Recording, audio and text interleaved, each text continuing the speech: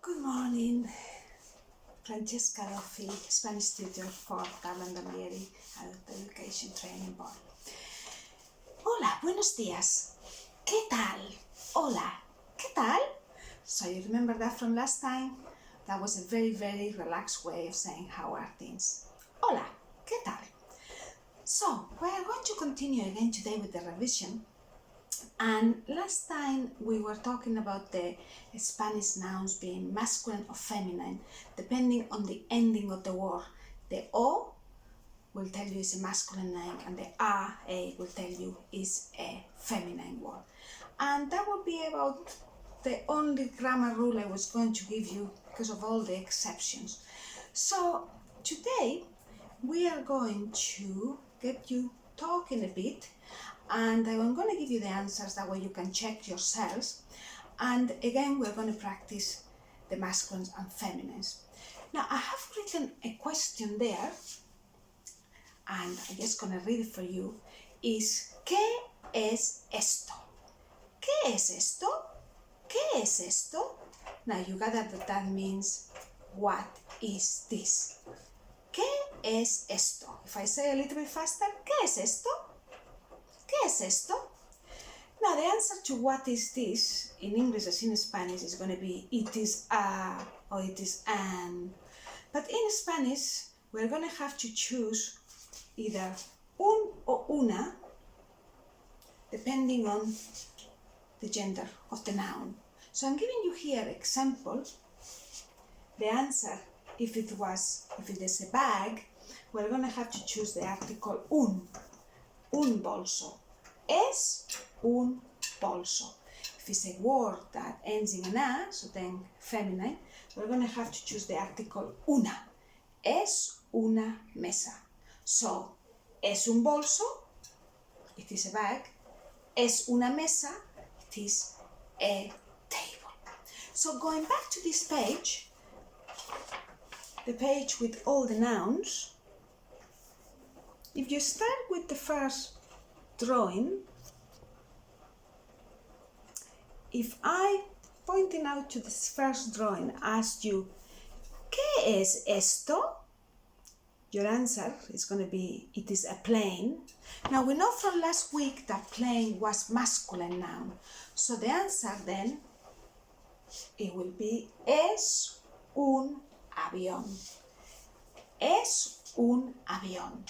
So, if we continue with all the drawings, the next one, all the questions for each drawing are going to be, ¿qué es esto? So, what will your answer be? What will you answer me with the next one? Now, the answer I already given you there is, es un bolso. So, we are going to continue with the next one, which is the boy.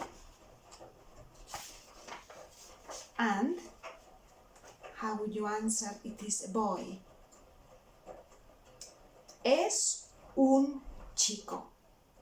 Now, I'm going to continue giving you the answers to all of the drawings, and maybe you can say it first, and then I'll tell you the correct answer. Hopefully you get them all right. So, after the boy, we have a record. Es un disco. Es un elefante. Es una fábrica. Es un gato. Es un helado. Es una iglesia. That is feminine, ends in an a. Continue with the next line. Es una jarra. Es un kilo. Es un libro. So those were self-explanatory there, they do follow the rule. Now we come to the llave, key. It ends in an E, and it's interesting, maybe as you learn each new word, you hopefully remember for next time that one is masculine or feminine. In this case, this was feminine, llave. So, es una llave. Es una mesa. Es una naranja. Es, it is, yes? Es una naranja. And continue with the next line.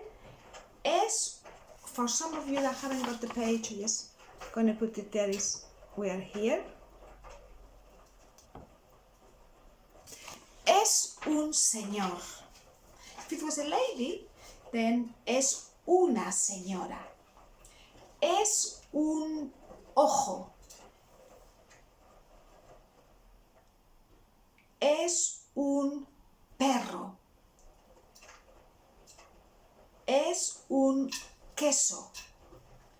Es un radio. Es una silla. Es una taza. I'm going to skip number 1. Es un vaso.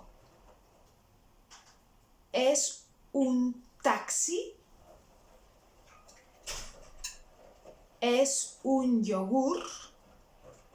And the last one is, es un zapato. So, es un bolso, es una mesa. Masculine, un, and feminine, una. Okay, I'm just going to turn around this in a moment, but before that, I just remind you as well of, we were kind of doing little sentences each class. One of them, little expressions. So one of them was this one that I kept saying to you, vale? Vale? So, if you remember, that was okay. Vale? And if we don't put the question mark, vale, it's okay, you're agreeing. Vale? So just a little reminder maybe as we kind of see each other every class. And I'm going to turn this around because una is going to come now very handy if you are asking for something. It could be in a bar or in a shop, and you are going to need to say a cup of tea please, a glass of beer, or a jug of sangria. So I'm just put a few examples here. I'm just going to turn it around to show you. And like this. Okay. So, right. So here I put something that will probably be quite familiar to you. Oh well, already some of you already know. Vaso is a glass, taza, cup, zumo, juice, kilo, jarra, and vaso again. So if you wanted to ask, for example, for a glass of wine, or a cup of tea, a juice of orange, the flavor is always second. A kilo of oranges, a jar of sangria, or a glass of beer. So we're going to need to put the correct article there. So depends on the word being masculine or feminine, you're going to have to choose either un or una. So for example, the first one, un vaso de vino tinto. Un vaso de vino tinto, a glass of red wine, or maybe un vaso de vino blanco. Yes. So we are choosing there the un because vaso is masculine noun. Whereas if it was a cup of tea, the word taza is feminine. So then we'll need una. Una taza de té or una taza de café. Kilo, masculine, so es un kilo de naranjas. Un kilo de naranjas. Jarra, a jug, feminine, una jarra de sangría. o una jarra de cerveza or una jarra de agua. And a glass of beer, un vaso de cerveza. So I thought this would be good examples for something that you can practice next time you are in Spain. I'm just gonna read them again for you, and hopefully you can see them all. I'll start at the beginning. Maybe you want to repeat after me. Un vaso de vino tinto. Una taza de té. Un zumo de naranja. Un kilo de naranjas. Una jarra de sangría. Un vaso de cerveza.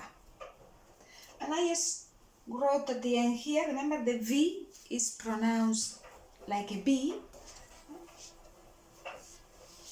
You'll probably be inclined to say yourselves por favor, and that's okay with us, but we will tend not to use the V like a B, so we'll say por favor, por favor.